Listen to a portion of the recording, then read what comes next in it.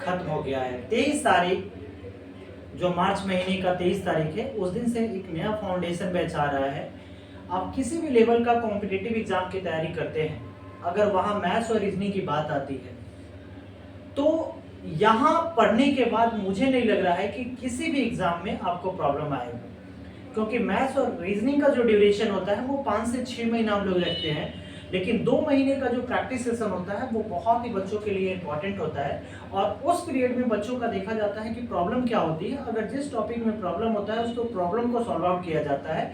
लेकिन सबसे बड़ी क्लास की जो हम लोगों की चीजें हैं वो सबसे पहले आपको कंसेप्ट क्लैरिटी मिलेगी। जब भी कंसेप्ट कोई बताया जाएगा, जो भी टॉपिक स्टार्ट किया जाता है उसका कंसेप्ट एकदम क्लियर दिया जाता है कि जिससे बच्चे को क्वेश्चन बनाए और पूरे एक चैप्टर पर हो एक कंसेप्ट। अगर आपके पास 20 चैप्टर है मैथ्स के तो 20 कंसेप्ट से पूरे चैप्टर को पढ़ जाओ। दूसरी बात, स्मार्ट आपको टेक्निक बताया जाएगा कि क्वेश्चन को कैसे, क्योंकि आज के समय में कहीं ना कहीं टाइम ड्यूरेशन की बात है। जितनी जल्दी क्वेश्चन बनाइएगा उतना ज्यादा आपके लिए बेनिफिशियल होगा। तो टाइम बहुत बड़ा फैक्टर है आज के समय में, और हम लोग with in the class in चीजों को सिखाते हैं कि टाइम को कैसे मैनेजमेंट करना है।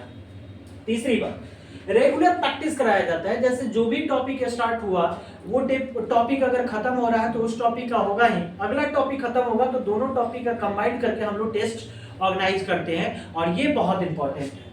तीसरी बात अगर बात करें, चौथी बात, तो मॉक टेस्ट हमेशा रेगुलर इंटरवल पे कराया जाता है, जिससे पता चले कि क्या पीछे की चीजों को आप तो भूल नहीं रहे हो। अगर भूल रहे हो तो बार बार जब क्वेश्चंस होता है तो उस टेस्ट को अनाउंस करके कराया जाता है, तो बच्चे लोगों के दिमाग में ये बार बार आता है कि उस टेस्ट को हमें देना है, और उसके लिए एग्जाम जैसा माहौल को क्रिएट किया जाता है। और पांचवी बात, हमेशा आपको डाउट सपोर्ट मिलेगा। डाउट सपोर्ट के लिए कभी भी आपको नहीं सोचना है, हमेशा जब भी प्रॉब्लम होगा एक एक क्वेश्चन को सॉल्व आउट कराया जाता है। हर क्लास के बाद आप आइए, क्वेश्चन पूछिए, समझिए। जानकारी के लिए आपको आना कहां पड़ेगा, तो JJ complex boring canal road में पेट्रोल पंप के सामने या तानिस के बगल में। उसके बाद सबसे बड़ी जो बातें हैं हम लोगों की, ये दोनों टॉपिक के अलावा कुछ ऐसे भी सब्जेक्ट जैसे इंग्लिश हुआ, उसके बाद जीके जीएस हुआ, उसके भी स्मार्ट अप्रोच से आपको दिया जाता है, जिससे आप कहीं ना कहीं एग्जाम को क्वालिफाई करें। तो इंतजार जो बहुत लंबे समय से चल रहा था कि बैच कब आएगा, बैच कब आएगा, बैच कब आएगा, तो उस इंतजार को खत्म कर दिया गया है। बैच फाइनली डिसाइड हुआ है 23 तारीख से।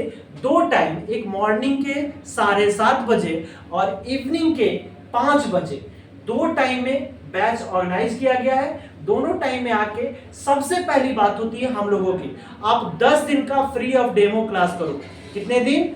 10 दिन। ये कोई नहीं कहेगा। और सबसे इससे भी खास बात क्या है कि मेरे यहाँ डेमो उस टॉपिक का करो जो तुम्हारा टॉपिक सबसे अच्छा है, और जो टॉपिक तुम्हारा अच्छा है उस टॉपिक का डेमो करोगे तो पता चल जाएगा कि टीचर को पढ़ाने आता है या नहीं आता है। नहीं तो दिखाने के लिए बहुत कुछ है, करने के लिए कुछ नहीं है। ये पटना की सबसे बड़ी खासियत है।